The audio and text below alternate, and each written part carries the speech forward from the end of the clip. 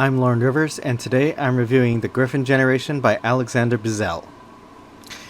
I found this book on Amazon when I was looking for furry books to read, and like most furry books, I went in with an open mind, but overall, I'd have to say that this one did not meet my expectations.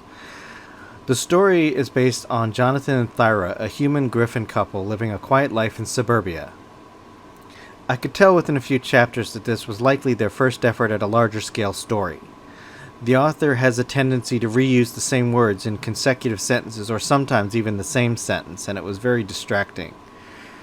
Personally, I didn't sense a lot of depth to the characters. Jonathan and Thyra do not really feel three-dimensional.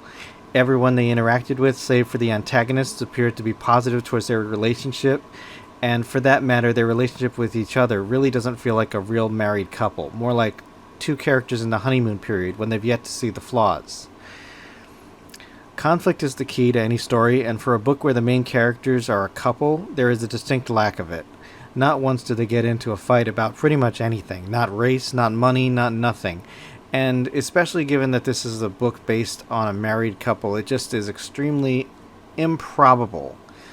I wouldn't say it's impossible, but it's just really, at best, it's a missed opportunity. Because, the characters...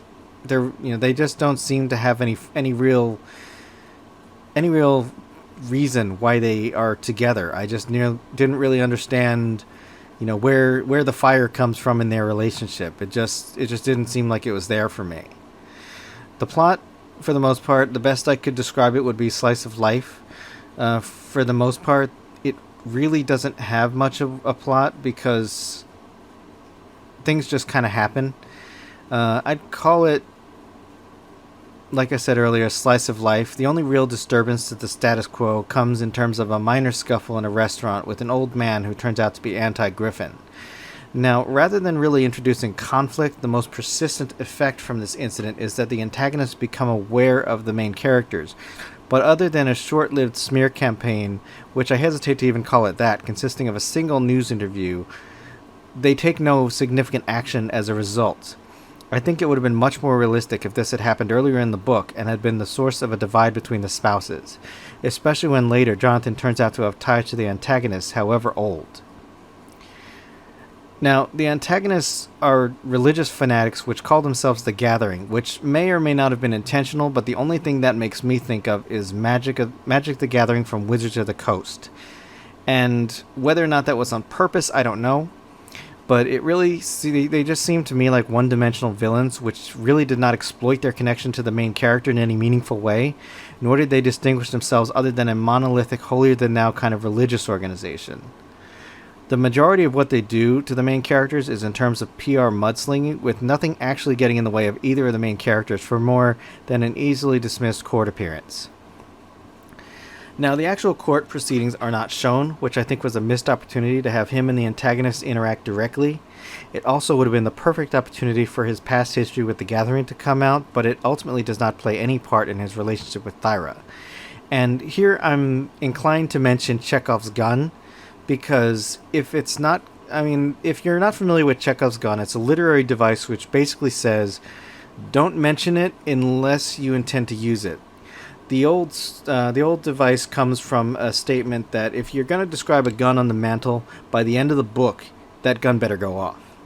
And to me, it feels like the author failed to follow that adage, because we learn that he was part of the Gathering, but it never comes into play with his relationship with Thyra. It's never used against him in any way that I can recall. And it just seems like, why mention this if you're not actually going to have it play a part in the plot?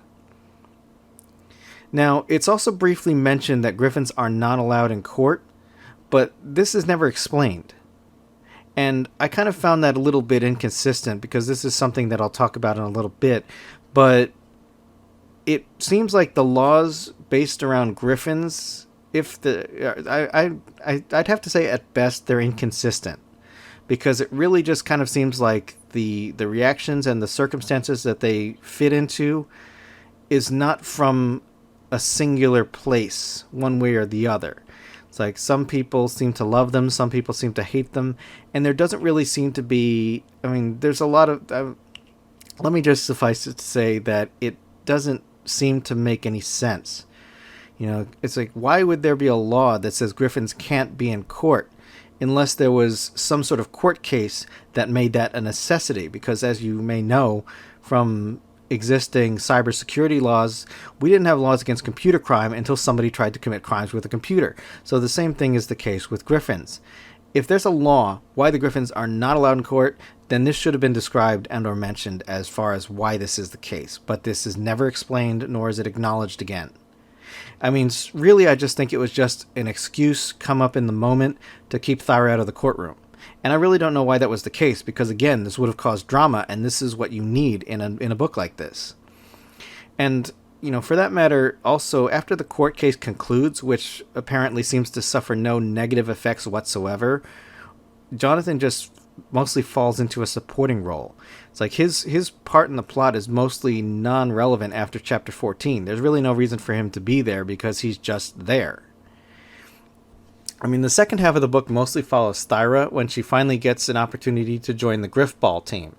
Now, this kind of creates a dissonance which has been bothering me since the start of the book. The earliest mention to the origin of the Gryphons is 4/5 of the way through the book in chapter 21 when we finally hear mention of experiments. Now, there is no explanation given for what purpose these experiments were for. Whether or not they were benevolent, whether or not they were malicious, whether they were for some other purpose entirely.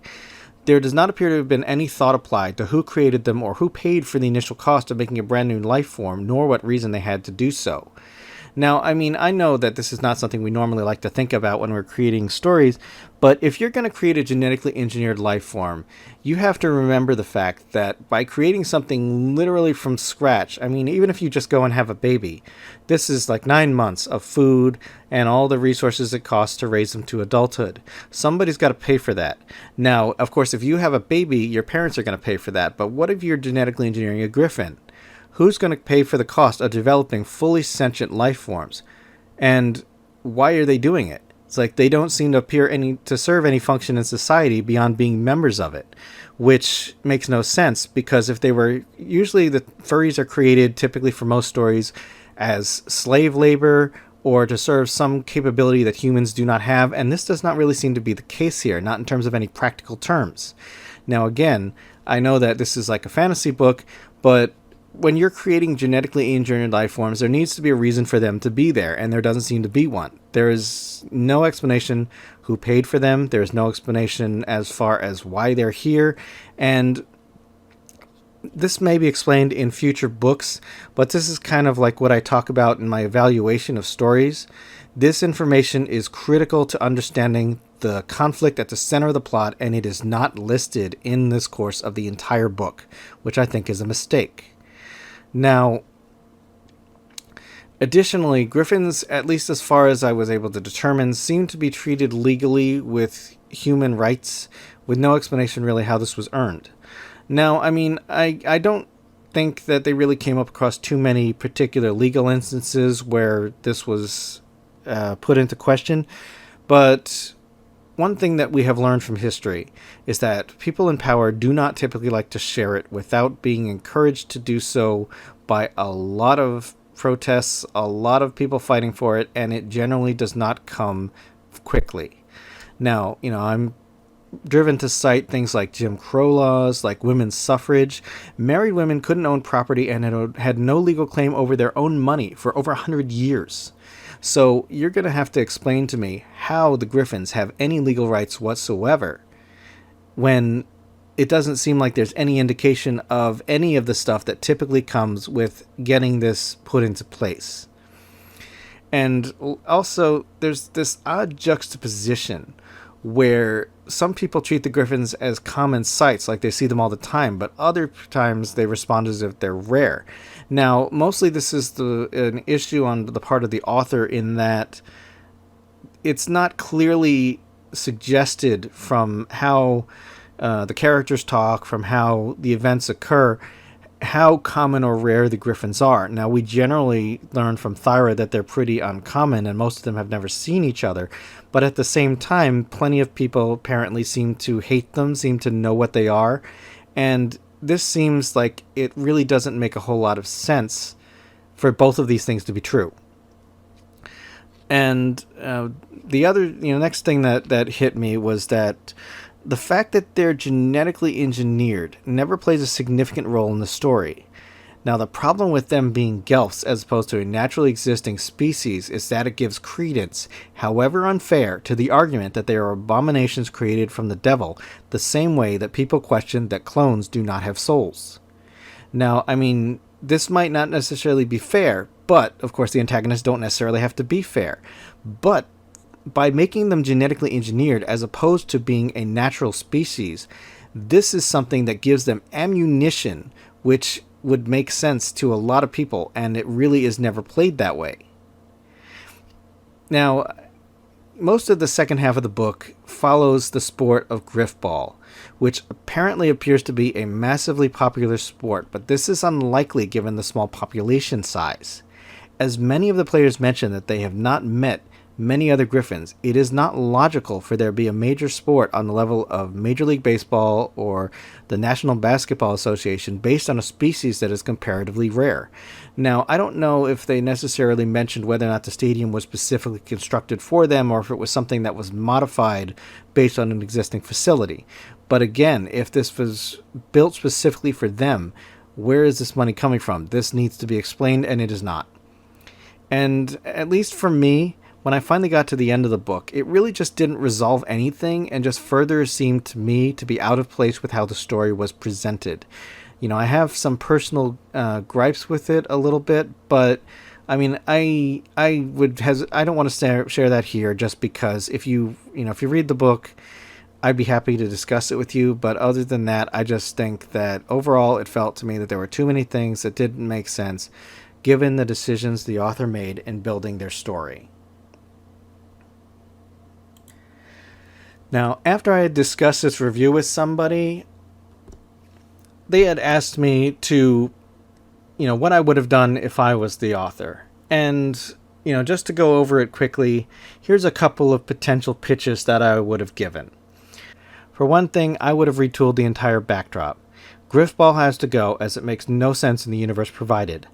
I would retool it as Gryphons having been developed as a way to provide crippled humans a method to retrain their brains. The different muscles and such make them an ideal candidate for neural transfer of human consciousness. However, while initially intended for this purpose, the technology was faulty and never worked right, so the Gryphons began integration into human society.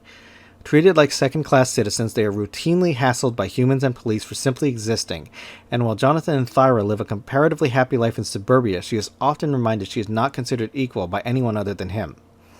This is exacerbated when the incident at the restaurant occurs at the end of the first chapter, driving a wedge between them as Thyra spends more time with her Gryphon friends and pulls away from Jonathan. Thyra joins a pro-Gryphon group while Jonathan attempts to soothe her frustrations, but this is upset by the arrival of an old friend from the gathering who knows of his history with the group and who threatens his wife's safety. Now, a potential other take I might have suggested, if you wanted to keep the sports angle, is maybe Thyra is one of those people that lives in the Gryphon sector of the city. They're specifically segregated away from the human population. Now, one day, while she's flying around, she inadvertently encounters Jonathan and, for one reason or another, saves his life. Now, Jonathan happens to be somebody that is involved with potentially pro-Gryphon causes. Now, when he meets her, he sees from her rescue that she has some aerobatic skills that are useful. Or, maybe useful isn't the right word, but interesting. And he begins to contemplate the idea of building a sport around their specific physical abilities. And thus, Gryphball is born. Now, both of these pitches, I think, make better use of the setting than the book actually did. And I mean, my goal with this review is, of course, not to be harsh, but I enjoy teaching writing, and I want your book to be better. Not only for the readers, but the better your book is, the better experience you will have, and nothing makes me happier than a story that excites and surprises me. Ultimately, I have to leave this book with the review that it did not meet my expectations, and I wish the author luck in the future. Thanks for watching, and if you liked it, click the subscribe button and leave a comment below. You can also find me on Twitter and a few other places on the web, or support me via Patreon or Ko-fi. Zebra hugs!